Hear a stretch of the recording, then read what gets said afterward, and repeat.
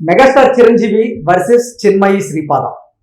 చిత్ర పరిశ్రమలో casting couch లేదు అంటూ మెగాస్టార్ చిరంజీవి వ్యాఖ్యలు చేస్తే ఆ వ్యాఖ్యలను ఉద్దేశించి చిన్మయి శ్రీపాద చిత్ర పరిశ్రమలో కాస్టింగ్ కౌచ్ ఉంది అంటూ స్పందించారు. దాన్ని ఉద్దేశించి అసలు చిత్ర పరిశ్రమలో కాస్టింగ్ కౌచ్ ఉందా లేదా, ఎవరి వ్యాఖ్యల్లో ఎంత బలం ఉందనేది మనం పూర్తి స్థాయిలో విశ్లేషణ చేసుకుందాం. ప్రస్తుతం మనతో పాటున్నారు ప్రముఖ సామాజికవేత్త, ప్రముఖ రాజకీయ విశ్లేషకులు కృష్ణకుమారి గారు. వారితో మాట్లాడదాం. మేడం నమస్తే. నమస్తే. చిత్ర పరిశ్రమలో కాస్టింగ్ కౌచ్ లేదు అంటూ చిరంజీవి గారు వ్యాఖ్యలు చేశారు. లేదు చిత్ర పరిశ్రమలో కాస్టింగ్ కౌచ్ ఉంది అంటూ చిన్మయి శ్రీపాద ఆవిడ కొన్ని వ్యాఖ్యలు చేస్తూ ఉన్నారు. చిరంజీవి గారి వ్యాఖ్యలను ఉద్దేశించి ఆవిడ స్పందించారు. ఏంటి అసలు చిత్ర పరిశ్రమలో కాస్టింగ్ కౌచ్ ఉందా లేదా అంటే ఏం చెప్తారు? మీరేమనుకుంటున్నారు? No idea. నేను అనుకోవడం అయితే, అంటే నాకు ఎదురైనటువంటి అనుభవాల ప్రకారంగా, నేను విన్నదాని ప్రకారంగా ఉంది అనేది అయితే ఎక్కువ మంది చెప్తూ ఉన్నారు. అవును, ఉంది. మరి చిరంజీవి గారు అలా చెప్పాల్సిన అవసరం ఎందుకు వచ్చిందో ఆయనకి, ఆయన ఉద్దేశం ఏంటో, అసలు ఆయన ఉద్దేశం కాస్టింగ్ కౌచ్ అనేది ఆయన దృష్టికి వెళ్ళిందో లేదో అంటారు. అంటే ఆయన నిర్వచనం వేరే ఉండుంటుంది కాస్టింగ్ కౌచ్కి. ఓకే, ఇక్కడ జరిగేది కాస్టింగ్ కౌచ్ కాదు, ఇంకేదో కాస్టింగ్, అదో బ్రహ్మ పదార్థం అనుకుని ఉంటారు. అందుకని చెప్పి ఆ వ్యాఖ్యలు చేశారా, లేకపోతే ఆత్మవంచనతో చెప్పారా అనేది ఆలోచించుకోవాలి. ఓకే, అసలు కాస్టింగ్ కౌచ్ లేదు అని ఆయన అనడం అనేది చాలా హాస్యాస్పదమైన విషయంగా ఉంది.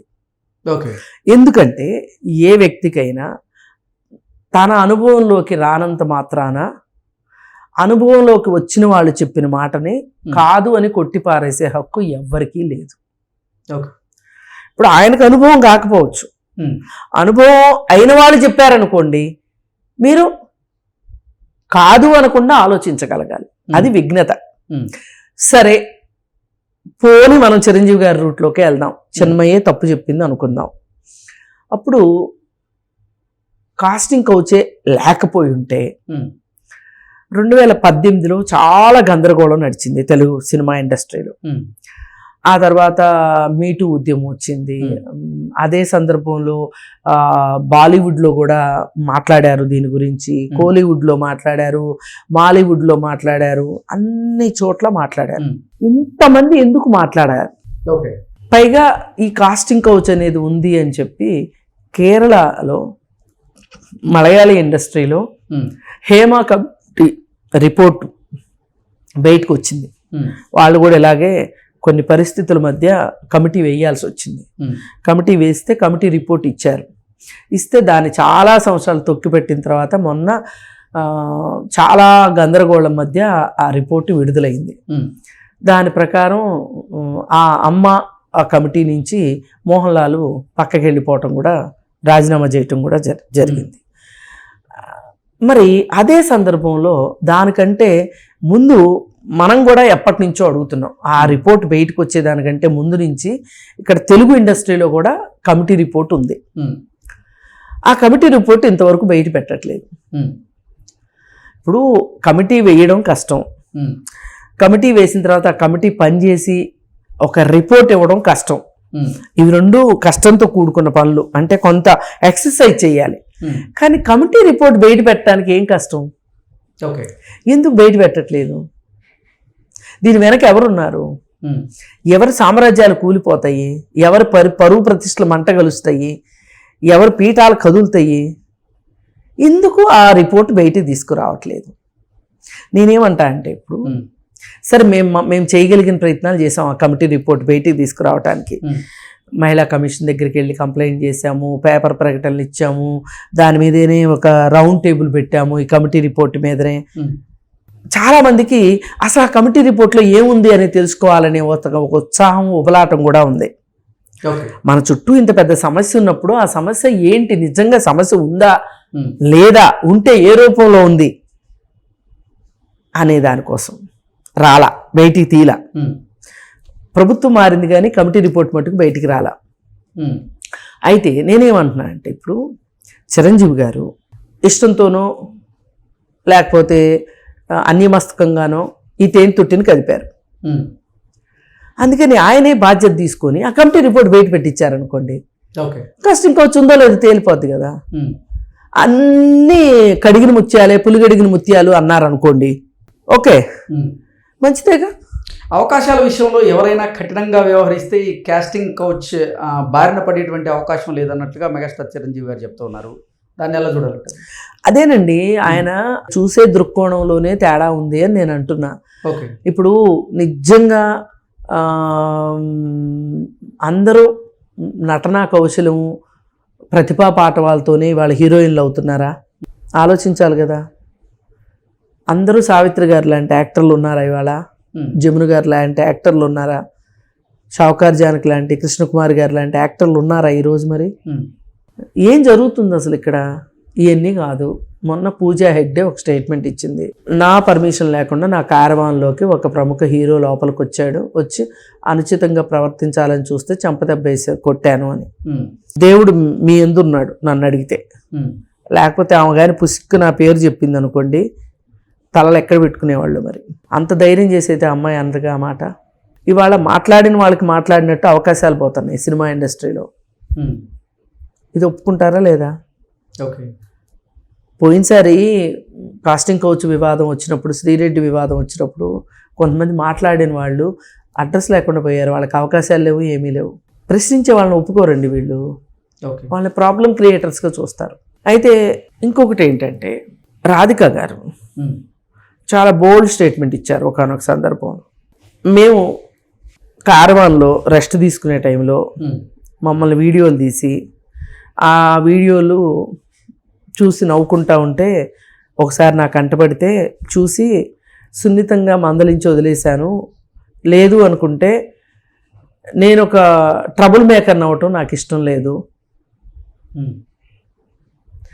సినిమా ఇండస్ట్రీలో ఏదన్నా ఒక మాట మెజారిటీ లేదు, ఆ 4 కుటుంబాలకు వ్యతిరేకంగా ఎవరన్నా మాట్లాడారు అంటే వాళ్ళని ఎలా చూస్తారు అంటే వాళ్ళని ప్రాబ్లం క్రియేటర్స్గా చూస్తారు. ఆ 4 కుటుంబాల జోలికి ఎవరు వెళ్ళరు. వాళ్ళు నంది అంటే నంది అంటారు, పంది అంటే పంది అంటారు. ఇవాళ చిరంజీవి గారికి ఆ మాదిరి సొసైటీలో అందరూ అబ్బో ఆయన మాట్లాడింది కరెక్టు అంటున్నారు. ఎందుకు అంటున్నారు వీళ్ళందరూ అంటే, ఆయన ఎదిరించాలని ఎవరు అనుకోవట్లేదు. నేను ఎదిరించమని కూడా చెప్పట్లా, నిజాన్ని నిర్భయంగా చెప్పండి. దీనికి ఒక్కటే అండి, ఎవరేం చెప్పారు, ఎలా చెప్పారు అనే దానికంటే కూడా ఆయన ఉదహరించిన విషయాలు ఒక రకంగా ఒక ధైర్యాన్ని, స్థైర్యాన్ని ఇచ్చే ఉద్దేశం ఉంటే గనక అప్కమింగ్ హీరోయిన్స్కి కానీ హీరోస్కి కానీ మీరు కష్టపడండి, ధైర్యంగా ఉండండి, ఆత్మస్థైర్యంతో ఉండండి. అవకాశాలు వస్తాయి. ఇది ఒక పెద్ద అక్షయపాత్ర లాంటిది ఇండస్ట్రీ.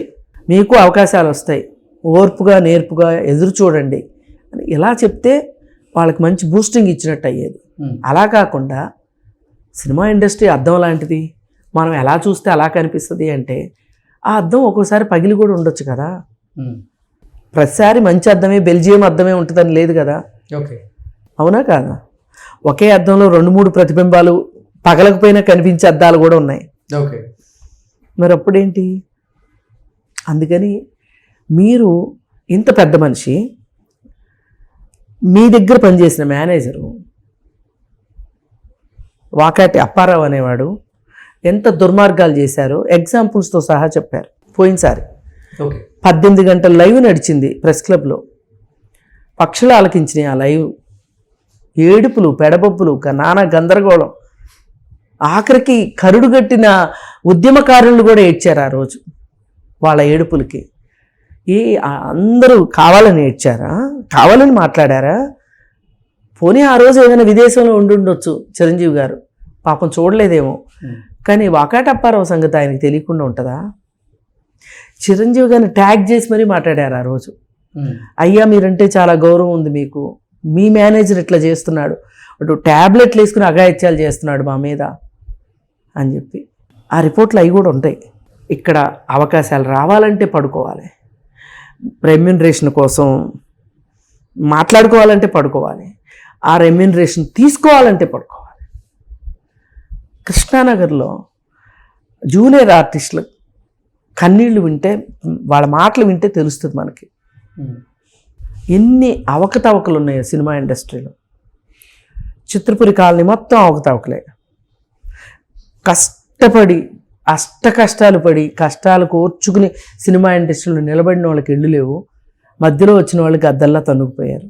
దాని గురించి ఒక్కడు సరైన మాట మాట్లాడు. ఇది చూస్తే తెలుస్తుందా మీది ఎంత పైన పటారం లోన లోటారం.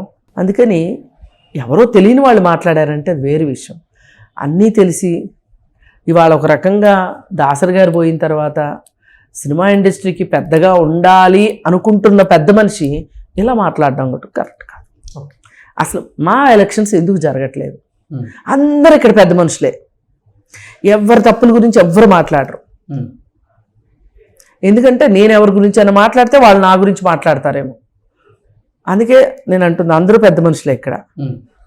2 సంవత్సరాలకు ఒకసారి జరగాల్సిన ఎలక్షను ఎందుకు పోస్ట్ పోన్ అయింది? మా అసోసియేషన్ బిల్డింగ్ ఎందుకు కట్టట్లేదు? ఈ సినిమా ఇండస్ట్రీలో వేల కోట్లు సంపాదించుకున్నారు. వస్తాం, మేము కూడా మీ దాకా వస్తాం. మీరు కాస్టింగ్ కౌచ్ లేదు అన్న తర్వాత మేము ఎందుకు వదిలిపెడతాము? మీరందరూ తలా 2 కోట్లు ఇచ్చినా కానీ బిల్డింగ్ వచ్చేస్తుంది కదా, ఎందుకు చేయట్లేదు? ఆ 4 కుటుంబాల పెత్తనం ఏంటి? అన్నీ మాట్లాడతారు, ఎవరు వదలరు ఇప్పుడు ఇంకా. ఎందుకంటే తెలుసో తెలియకో ఆయన తేనెతొట్టిని కదిల్చారు, ఏదో తెలివిగా మాట్లాడదాము అనుకుని మాట్లాడారు. అందుకే నేనేమంటున్నానంటే, కట్టండి, మీరే పిల్లిమేడలో గంట కట్టండి. ఏమని? ఆ కమిటీ రిపోర్ట్ తెప్పించండి. మొన్న మిమ్మల్ని దావోస్ దాకా పిలిపించుకున్నారు కదా సీఎం గారు, ఎంత సన్నిహితత్వం లేకపోతే పిలుచుకుంటారు? ఆ సన్నిహితత్వంతో మీరు అడగండి, కమిటీ రిపోర్ట్ బయట పెట్టండి అని. అందరి భాగవతాలు బయటకు వస్తాయి. అప్పుడు మీరు చెప్తురు కానీ, అయ్యో నాకు ఇంత జరిగిందని తెలియదు, తెలిస్తే నేను అలా మాట్లాడేవాడిని కాదు అని. అలా ఎలా ఒప్పుకోవాల్సి వస్తుందేమోనని కమిటీ రిపోర్ట్ తెప్పించరా? లేదు తెప్పించి మీరేం మాట్లాడకపోయినా పర్వాలా, ఆ కమిటీ రిపోర్ట్ బయటకు వస్తే చాలు. మా ఈగో సాటిస్ఫాక్షన్ ఏం లేదు మాకు ఇక్కడ. ఆ కమిటీ రిపోర్ట్ కోసం చాలా ఆలోచిస్తున్నాం. ఇంకా ఒకవేళ ఆ కమిటీ రిపోర్ట్ని ఏమన్నా గాయబ్ చేశారా? చేస్తే మా వాళ్ళ కమిటీ రిపోర్ట్ ఇచ్చిన వాళ్ళ దగ్గర ఇంకో కాపీ కూడా ఉంది, ఇస్తారు. బాగా చదువుకుందరు కానీ భగవద్గీత చదివినట్టు. అంతేగాని నాకు తెలియంది ఏదో ఉంది కానీ అది కరెక్ట్గా అది కాదు అని మాట్లాడటం మట్టు కరెక్ట్ కాదు. మీ అనుభవంలోకి రానంత మాత్రాన అసలు అది లేదు అనడం చాలా పొరపాటు. పైగా ఇంకోటి, మీరు అడ్రస్ చేయదలుచుకుంటే కనుక ఆడవాళ్ళ మీదే కాదు, కాస్టింగ్ కౌచ్ మగవాళ్ళ మీద కూడా జరుగుతుంది. కొంతమంది ఆ కేసులు వస్తున్నాయి. ఎక్కడ దాకా ఎందుకు? మొన్న మీ తమ్ముడు కూతుర్ని రాఘవేంద్రరావు గారు ఎలా ప్రవర్తించారో చూశారు కదా, దాన్ని ఏమంటారు? ఆమె మనోభావం ఎంత దెబ్బతినకపోతే ఆమె ఎందుకు సోషల్ మీడియాలో పెడుతుంది? మీ ఇంటి దాకా వస్తే కూడా మీకు ఆ నొప్పి తెలియలేదు అంటే నాకు చాలా ఆశ్చర్యంగా ఉంది. ఇక చిన్మయి తన పైన జరిగిన దాని గురించి చెప్తుంది. అవకాశాలు రావాలంటే ఇలాంటి పరిస్థితి. ఒక యువ మహిళా సంగీత దర్శకురాలు ఇక్కడి నుంచి వెళ్ళిపోయింది అని కూడా చెప్తుంది. ఆవిడ ఎవరనేది నాకు తెలియదు, కానీ అంత ఆథెంటిక్గా చిన్మయి చెప్పే మనిషి కాదు. ఇప్పుడు ఆమెకు అనుభవం అయింది కాబట్టి చెప్తుంది. పోనీ ఆమెకు ఒక్కదానికి అనుభవం అయింది అనుకోండి, ఆమె ఒక్కదానికి అనుభవమైన అనుభవమే కదా, అంటే ఉన్నట్టే కదా. మరి లేదని మనం ఎలా చెప్తాము? అన్ని చోట్ల ఉందండి, మా దగ్గర ఉంది అంటే అది వేరే విషయం. ఇంతకుముందే మాట్లాడారు ఓ పెద్ద మనుషులు, ఎక్కడ లేదు సినిమా ఇండస్ట్రీ మీద పడి ఏడుస్తారు ఎందుకు అన్నారు. అన్ని చోట్ల ఉన్న మా సినిమా ఇండస్ట్రీ పరమ పవిత్రంగా ఉంది, మా కళామ తల్లి అని చెప్పుకోండి. ఆ చెప్పుకోవాలంటే ఒట్టిగా చెప్పుకుంటానికి కుదరదు కదా, దానికి తగ్గ ప్రక్షాళన చేయాలి కదా. ఐసీసీ కమిటీలో అడుగుతున్నాం, ప్రతి సినిమాకు ఒక ఐసీసీ కమిటీ వేయమని చెప్పాము, అది మీకు ఒళ్ళు కావట్లే. ఓ పాష్ కమిటీ అని ఒకటి వేశారు. ఆ పాష్ కమిటీ వాళ్ళు ఏ నిర్ణయం తీసుకున్నా మళ్ళీ పక్కనే కేతిగాళ్ళు ఉంటారు, అది కరెక్ట్ కాదు ఇది కరెక్ట్ కాదని మాట్లాడతారు. అన్నీ చూస్తున్నాం కదా. ఒక పాష్ కమిటీ ఉంది అంటే దానికి ఒక విలువ ఉండాలి, దాన్ని గౌరవించాలి. దాన్ని ఎవరైనా గౌరవించిన వాళ్ళని గౌరవించకపోతే వాళ్ళు గౌరవించేలాగా చేయగలగాలి. మీరే పాష్ కమిటీ వేస్తారు, వాళ్ళు ఒక నిర్ణయం తీసుకుంటే దాన్ని ప్రతి పనికిమాలినోడు అడ్డమైనోడు ఆ పాష్ కమిటీ గురించి మాట్లాడతాడు, మీరు మాత్రం నోరులు తెరవరు ఇండస్ట్రీ. అందుకని ఇందాక నుంచి మనం మాట్లాడుకున్న వాటన్నిటికీ ఒక సమాధానం దొరకాలంటే ఆ కమిటీ రిపోర్ట్ బయటికి రావాలి. అది వస్తే అందరి బండారం బయటకు వస్తుంది. Okay madam, thank you.